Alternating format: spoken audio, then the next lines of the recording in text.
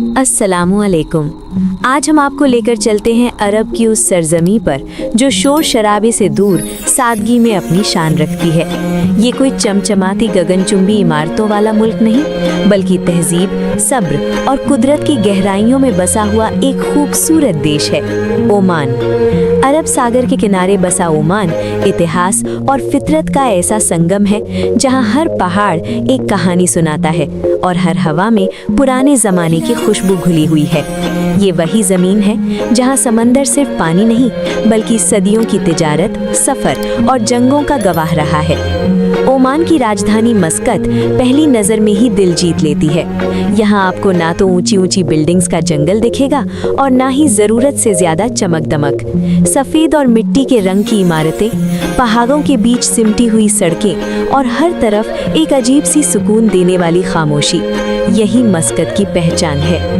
मस्कत की मस्जिदें, खासकर सुल्तान काबूस ग्रैंड मस्जिद, ओमान की रूह को बयान करती हैं। सफ़ेद संगमरमर, नक्काशीदार दरवाजे और वो अजीम सा नमाजी हॉल, यहाँ खड़े होकर इंसान सिर्फ इमारत नहीं बल्कि ईमान की खूबसूरती महसूस करता है।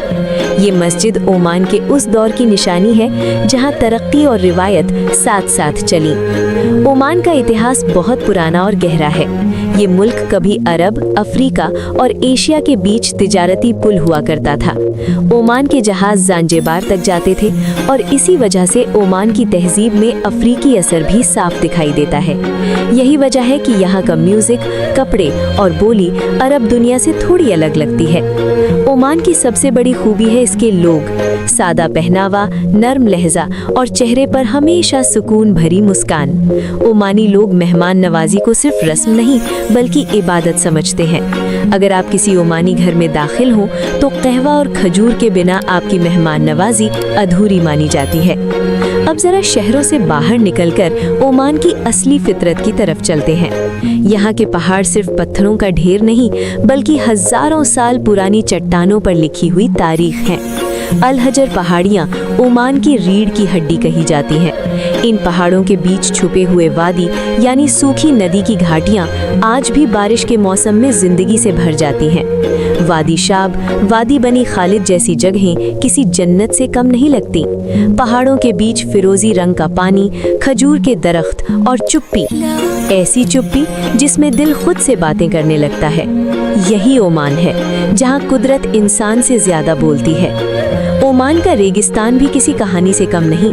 वहाबा सैंड्स के सुनहरे टीले दिन में आग की तरह तपते हैं और रात में ठंडी चादर ओढ़ लेते हैं।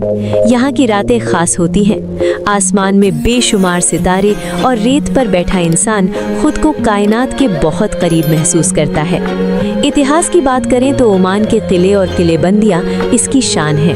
नखल, बहला और निज़वा का किला सिर्फ दीवारें नहीं बल्कि हुकूमत, जंग और हिकमत की निशानियां हैं। निज़वा कभी ओमान की राजधानी हुआ करता था और आज भी वहां का किला ओमान की मजबूत पहचान बना हुआ है। ओमान की सियासत भी इसकी सादगी की तरह अलग रही है। ये मुल्क हमेशा तवाज़ुन और अमन की बात करता आया है, ना ज्यादा शोर, ना बेवजह दुश्मनी। ओमान ने दुनिया को सिखाया कि खामोशी भी ताकत हो सकती है। आज का ओमान रिवायत और मॉडर्न जिंदगी का बेहतरीन मेल है। सड़कें आधुनिक हैं लेकिन जड़ों से जुड़ी हुई। लोग मोबाइल और इंटरनेट इस्तेमाल करते हैं मगर बुजुर्गों की बात आज भी अहम मानी जाती है।